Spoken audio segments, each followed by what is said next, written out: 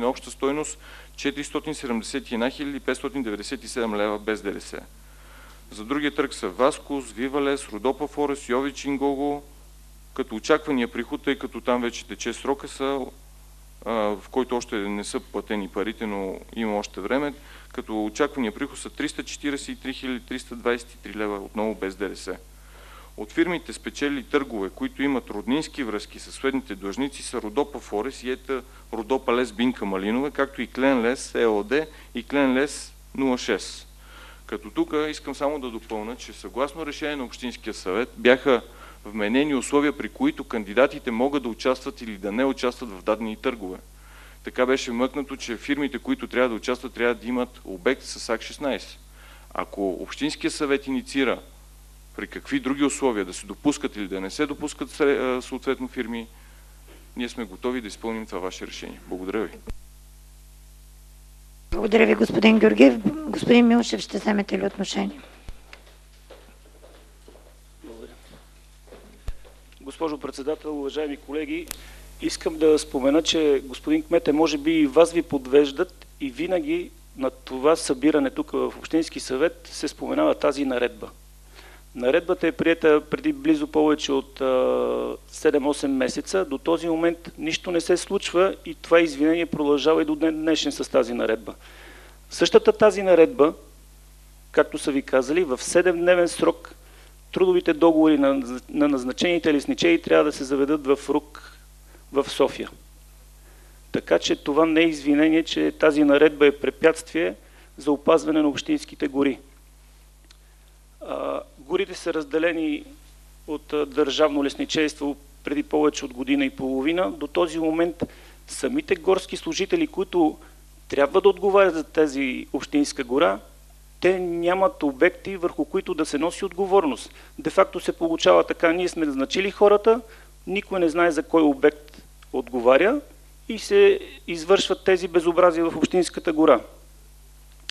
Предаването на охраната на горите, че е задължение. Защо общинско лесничейство не изисква такъв приемо-предавателен протокол от Държавното горско стопанство, за да може най-накрая да се разбере, че общинските гори са ясни и общинските гори трябва да се опазват точно от тези 12 служители, които ние сме гласували тези средства преди повече от година и половина.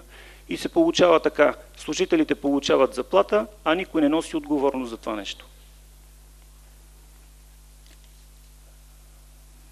За сега това е, защото може би не ви позволява повече времето. Повече. Благодаря ви, да. Благодаря, господин Георгиев. Ще отвърнете ли?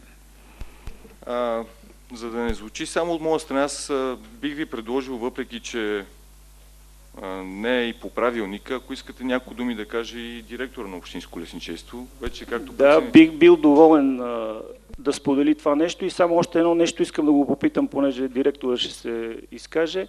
Защо служители на общинско лесничейство участват в частни фирми? Господин Милушев, първо не е сигурно дали въобще ще дадете думата на началника на лесничейството. Преди това трябва да решите дали това да го направите или не.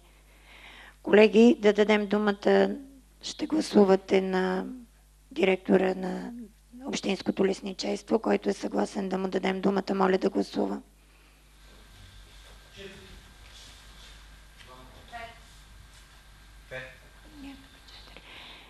Большинството се вижда. Можете да дойдете. Имате точно 3 минути.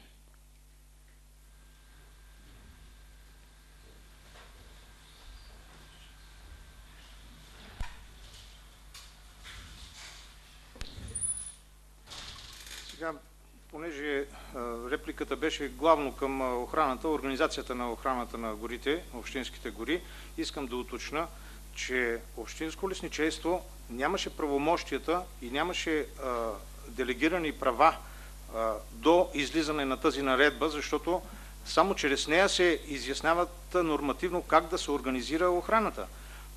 И сега дори изпълнителната агенция по горите не са все още свършили своята работа по опазването на горските територии в общински гори.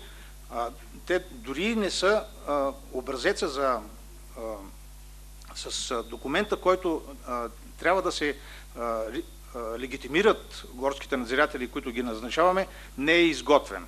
Тоест, ние нямаме право в момента все още нашите служители да съставят актове. Извършваме охраната, опазваме районите и не е вярно, че не са районирани. Абсолютно всеки горски надзирател, който е назначен, си има точно определен охранителен район с всички описани отдели и подотдели са изпратени в районната дирекция по горите за сведение. Така че там са регистрирани. Нямат права и ние се обръщаме или към полицията, или към колеги от Държавното горско стопанство, когато констатираме или заловиме нарушител, да съставят актове. Това ни пречи значително на работата, на охраната. А това за предаването на охранителните участъци беше абсолютно задължение на районните дирекции по горите, които бяха в момента, когато излезе закона и когато трябваше да влезе в сила закона, трябваше да организират това приемане-предаване, защото общинското лесничейство, съгласете се, няма тези правомощия да изисква. Ние нямаме тези права да изискаме от държавните стопанства да направят протоколи или да направят самото приемане-предаване. Тези двустранни протоколи трябваше да се организират от районната дирекция по горите, която в последствие промениха статута й на дейност и в случая оставиха това приемане-предаване, така да се каже, без последствия. За служители, аз нямам информация, че от служителите, които са в общинско лесничейство, да участват в частни фирми.